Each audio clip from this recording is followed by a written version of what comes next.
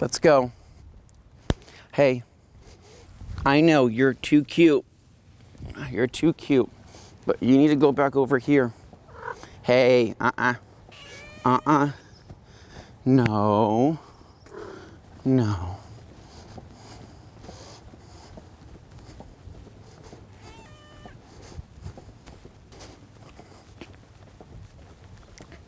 Sorry, Dane. It happens. Okay. Neighborhood pets love you. What can you say? All right, we'll take it from right where it was. Okay, here we go. 3, 2, 1, and... What's up, guys? Dane behind the camera here because Anthony is in front of it. We're doing another Relatable Garage. So, Anthony, let's relate to your garage. All right. Well, welcome everybody. Come on in. This is my garage. It's my time in front of the camera to give you guys a tour of my own little slice of heaven here and tell you everything I've done from the walls to the flooring to the lighting to the detailing to the storage to a little bit of everything in between. And so I guess to start this thing off, basically this garage is a 3-car garage. It's roughly 630-ish square feet. So my whole goal in life, not my whole goal, but one of my goals in life was to have a 3-car garage at some point, right? And this garage was unfinished. So I knew that I had a lot of work to do, but the thing is again, because I was on a time crunch into getting into this house, I didn't have all the time to be able to do everything I wanted to do, you know, including like the flooring and whatnot. So for the floor, obviously you need a clear floor for quite some time to be able to do flooring. So there wasn't a whole lot of time I had to be able to do anything with flooring, at least not as much time as I needed. And cost-wise, buying into this house, the epoxy just was not possible at that time, so I knew I'd have to save that for a later date. And I also thought about doing Swiss tracks as well at a later date as well. And so it's still kind of up in the air, but for right now, I'm running that OEM stock concrete, whatever you want to call it. So all I do is I keep it clean. That's what I do for right now. I'm really particular about keeping it clean because my last garage or my last several garages, I would spill oil, I would spill brake chemicals, I'd spill all sorts of stuff all over the ground and it would stain the concrete and it wouldn't look right. And so I picked up a pressure washer attachment to be able to scrub my floors. So it's one of those, it kind of looks like a circular thing and it basically spins downwards. So what I'll do is, I don't know, once a month I'll come through, shoot it with a little bit of APC and go through and then pressure wash the floor, sweep out all the excess water and then keep it looking good. Makes sense. Any future plans for it? So the future plans, I don't think I'm probably going to go with epoxy. Swiss track seems like the most reasonable thing. So what I've thought about doing is kind of starting small and working my way big. So in this third bay, I thought about doing Swiss tracks in here, since this is kind of the show bay, if you want to call it that. Yeah. And then doing a transition piece pretty much right here in the middle of the garage and then kind of transitioning it. So basically this side would only have Swiss tracks, whereas where my wife parks over here, it would still be concrete. But the thought is up in the air. I don't know yet. I don't really know. I don't have a set plan on what I want to do. So maybe give me some advice, right? People watching, if you have any ideas on the flooring, what you would do or what you would recommend, I'm all ears. Comments below, folks. I'm completely open to suggestion. Okay, so we've done the flooring, we've gone down. Now let's hit the middle. What's going on with these walls? All right, so this is kind of another story in itself. So again, back to the time crunch situation of moving into this house. The only thing I wanted, literally the only thing I requested, was that I had a painted garage. And since this garage came unfinished, it needed paint. Now, because of the timing last year and being 2020, it was almost impossible to get somebody to come out and paint the house. I mean, everybody was just so busy with everything else that nobody would be able to come out. So I thought, well, I'll just do it myself. I painted my other garage by myself. I can paint this garage, this one being a little bit bigger, but having slightly shorter ceilings than my previous garage. I thought this should be a cakewalk. I should be able to do it. But that's where, because my brain's always working, I thought to myself, well, I have an airless paint sprayer that I use for rinseless washing sometimes. So what if I were to just use that, what it was intended for, and actually spray on the paint here in the garage?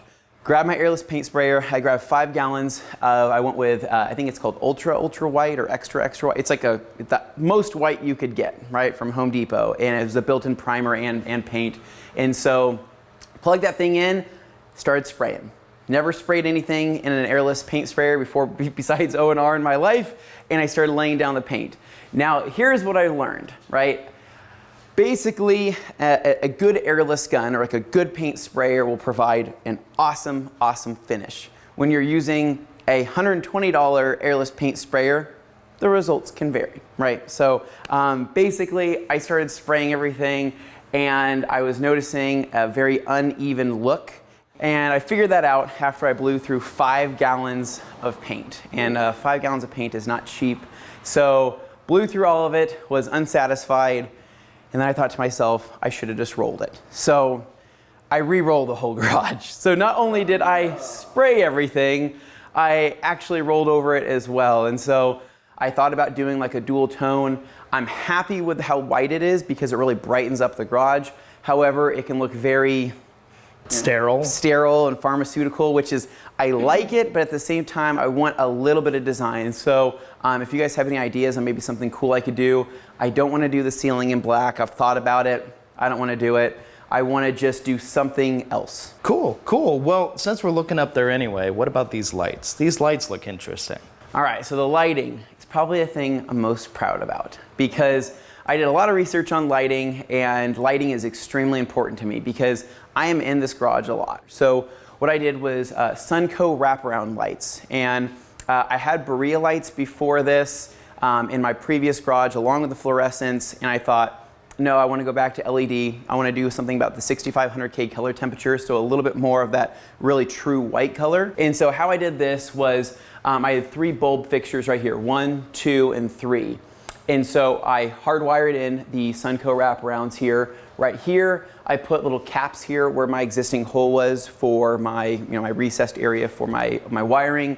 And then what's cool about these lights here is that you can daisy chain them. So if you see right here, kind of above, let's say right over here, you can see where I daisy chained it through here, ran a hide wire strip, and then straight into that. So technically, these front 3 are powering the rear 3. And so I did all my measurements, and I wanted to push them back so they are above the garage door, as you can see up here, because again, when you close the garage, I want there to be plenty of lighting. I wanted it to be just as bright there as it is here. All right, so we've heard about your lighting, we've heard about the walls, the floors. I think it's time to talk about storage, because I've been looking over here at these totes and those drawers there and well, those cabinets, and I feel like you've got something to share as far as, let's just call them Solutions, I like that. So storage in here, so I picked up these racks. I wanted to have better racking, and I really like the look of these racks. Everybody's seen these. You can pick them up at Home Depot. I got these ones at Costco. So they're about 6.5 feet long by 6 feet high here, and I like them because, first off, they're black. They look good. I think they match with everything. And they just work, and they hold a ton of stuff. They look very sturdy. They are very sturdy. I built them myself, and so yeah, I know. I was very proud. It took me all of 20 minutes. So what we did is we built these since we didn't want to do built-ins on this house, and that way it's not permanent, right? On the other house, the built-in ones, they were there. So I recently just moved everything to totes after quite some time, and so went down to Costco, picked up these yellow and black totes, and then what I did was this bottom shelf here, I actually dropped down that rack. Yeah, that's clever. I like that. Dropped down the rack and stored my wheels and tires in here. So here's the wheels and tires from the Evo, my other set, and these are the Koenigs down here. So basically, drop that down, slid them in, and that way, flipped it over, basically. Yep, and they cannot come out. So cool idea. If you have this rack and you need to store some tires, lower it on that bottom shelf and tuck them inside there, and you don't have to think about it. So these for storage right here. So these are my most used probably chests here that I picked up. So got them from Home Depot, Husky cabinets. Can't go wrong, especially on like a Black Friday day sale. You can get these things for so cheap, it's ridiculous. And I don't have any complaints, guys. I've had these here for almost 4 years now, 4.5 years. Never had an issue with any of the casters, never had an issue with any of the drawers or any of the bearings or anything like that. This one right here is probably my most used grab and go. So top drawer is going to be full of just random tools. It's organized chaos, as Levi says. I have no rhyme or reason to any of my stuff, but it's grab and go stuff. Chilton manual for a Honda Civic, wonder why I have that, right? And then more tools, more stuff, heat guns, more random clutter. And so worth it. I would say, I think altogether for both those cabinets, it was like 300 something bucks. So good deal. Really not bad. Yeah, at all. really affordable. And then coming over here, so these I picked up, so those I had in my previous house and just brought them over. These I bought for this house specifically, and they make sense. I didn't realize that until I had them, and I went, wow, I should have bought these a long time ago. And opening this up though, this is kind of like an extra parts bin cabinet, but things that, That's a lot of gauge clusters. it is. I've been hoarding those gauge clusters for quite some time, Dane. So that's that cabinet. And then this cabinet over here, here is where I store my bulk chemicals for all my detailing stuff. So I have my LHR 21 up here, my 21 Mark II. I have all of my pads here, bulk chemicals. So everything in gallons I store inside here, along with my extra towels. And then these are the chemicals that I'll pull from and cycle through, and I'll explain that here in a little bit once I get to the detailing stuff. And then for my towel solutions package, it's just totes. So the method to my madness was I used to be very particular about my towels and how I stored them and how I folded them. I took all the time in the world, but working for a towel company, we get pretty spoiled, meaning that I am constantly testing new towels. I'm cycling out of old towels. I am demoting towels constantly because new towels are coming in so fast all the time. So I just said, I'm gonna have 3 bins, and that's gonna be my 3-bin system. I am gonna have a dirty jobs bin, which is gonna be all of my dirty stuff for wheels, door jambs, anything else. I am going to have a washing and drying bin, which is just for this. So this is gonna be drying aid towels, anything exterior, and then I'm gonna have an interior and then interior slash glass cleaning and everything else towel. So basically 3 towel system, 3 bin system, it worked for me. Now one quick thing, the storage that you guys can't see and the thing I'm arguably one of the most proud of is up through here. So what I ended up doing, because these shelves before they're all toted up did not look this clean. It was extremely, extremely cluttered, literally up until about 2 months ago. And so if you follow the Rag Company podcast, you know exactly what I'm talking about. I built out the whole upper area of this attic space here. So what I did is I went down to Home Depot, got a bunch of OSB, got it cut, and just started chucking sheets up there. And so these ceilings are roughly 9-foot ceilings, started throwing them up there, and basically built an entire city of storage up there, right? So that whole area above your garage is accessible. From right here all the way to this wall, I put a bunch of sheeting up here, and that's where I store all of the extra Christmas stuff. That's where I store all the other holiday decor, extra car parts I don't need. I have a pair of seats up there. That's where we store everything, is up there. And it is roughly, I would say, I don't know, a couple hundred square feet of storage. And I stacked it up and then did some hanging on the rafters. So basically everything I stored up there, non-flammable things, nothing that would cause a fire, nothing that would be of any concern. So that's what I did for storage there. Okay, Anthony. So we've seen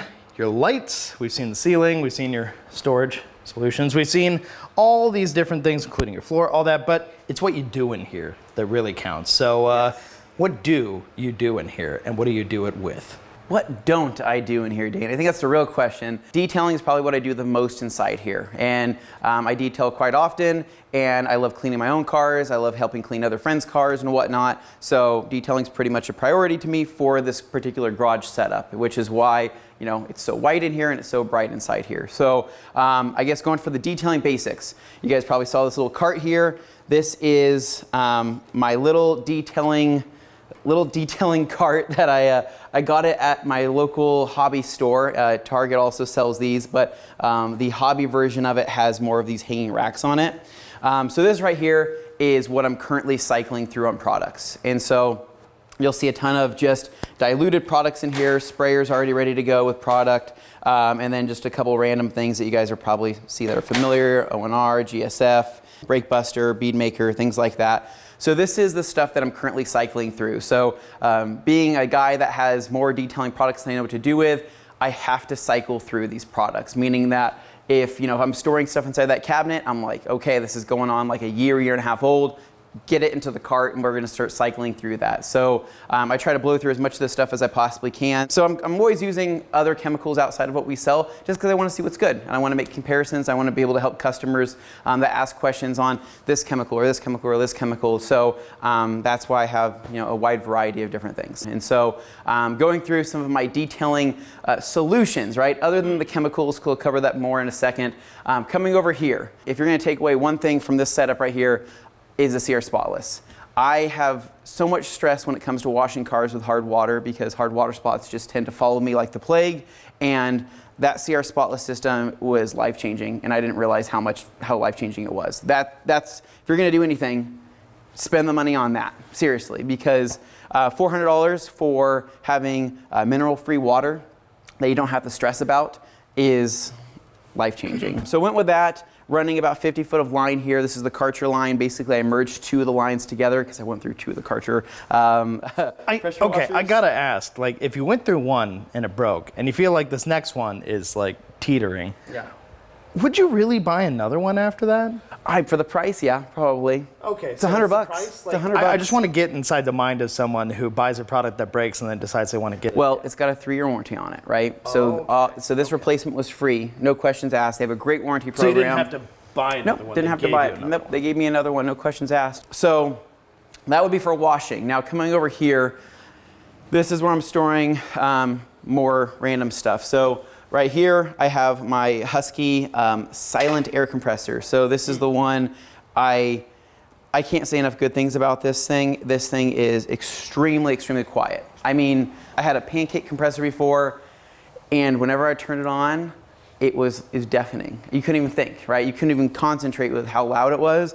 This was life-changing in terms of how quiet it was. And so I got this at Home Depot, and I want to say I got that on sale for, I think it was around the $200 mark. So pretty affordable as well. And then my Viper chair, I know, newest edition as well, and Robust Steel Pro. And, black and red, it's very you. I haven't had a chance to use it for actual detailing yet, but I've used it for working on cars.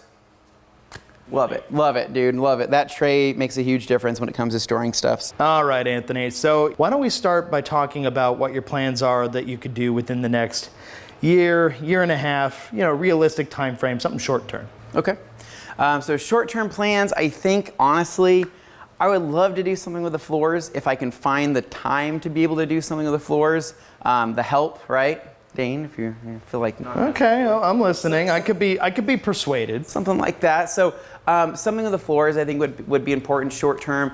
And then just overall like decor in this garage. So obviously this is about as clean slate as I could ask for in terms of feeling and looking very sterile. But I am a person that likes design. I am a person that likes things that can really look good and have some character to them. I like character without a lot of the clutter. So I am completely open to ideas. If you guys have any ideas on what you would do to be able to add a little bit more character to this garage. Inject some personality. Yeah. Whether it's on the walls, whether it's on the floors, I'm all ears. And then I've thought about doing pegboard for more tool, because I think storage of tools can look good, right? Because like most of my tools are basically stored. Here's like a mechanic set, Home Depot, $100 Black Friday, whatever it was, my Milwaukee impacts and stuff. These are all tools that I use constantly, but all these can look good if they were stored in a way on like pegboard or something that could look pleasing. And I need something with some type of storage. Like Omni-Wall or something like that, or? Maybe, but I would want to, the thing is for me, I would want to go big or go home. Oh, okay. Like I don't want like a small like piece of pegboard. I want like the whole wall. Like I want it to look pretty cool, and so.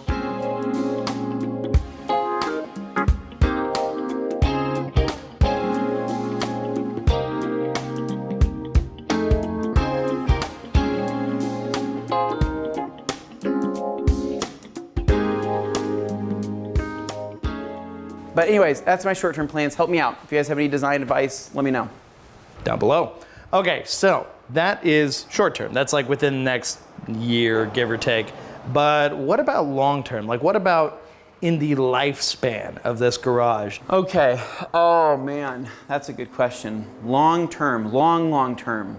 I would like to make it, if anything, just a more comfortable place to be in all seasons of the year. And what I mean by that is that in the dead of summer right now, where we're hitting 105-degree days, sometimes it can be unbearable to be in here, right? It's more of a radiant heat, not like a direct heat. I doubt that I'd get an AC unit in here, but if I were to do something like that, this wall could use a window.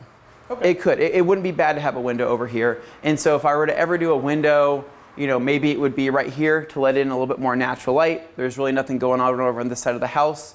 And so there could be a window here, and I could do a wall mount AC unit. Okay. Or, you know, like a window mount AC unit to be able to blow some cold air in here. In terms of the winter time, one thing I would like to do is I don't know how people do the built-in heaters. I have a small heater right here that I use, and I have a propane heater. Okay. It does an okay job, but it takes a little while for things to heat up. Sure. And even in the winter time, it might get to like a comfortable 48 degrees inside here in the dead of winter. So figure out something to do there. But another long-term goal would definitely be a sink right here. So what I would like to do is like a utility sink? Yep, like a 2x2 utility sink, and basically tap it into this water heater line right here, have the waste go down inside here, and then eventually I'd like to get a soft water unit. So it would be soft water right here. They left you room for it. Yeah, that's what it was designed for. So soft water unit into right there, make it really easy, and then run an extra T or line it off to have a utility sink right here with drainage. All right, guys, hopefully you enjoyed my garage here, my little slice of heaven. As always, if you guys like this video, make sure to give us a big thumbs up. Subscribe down below for more relatable garage content, and we'll see you in the next one. Yeah, so I think that went pretty well, Dane. Overall, good tour. It was good. Yeah, no, good time. Yeah, I don't know if I have any more questions or anything, but I'll be sure and let you know.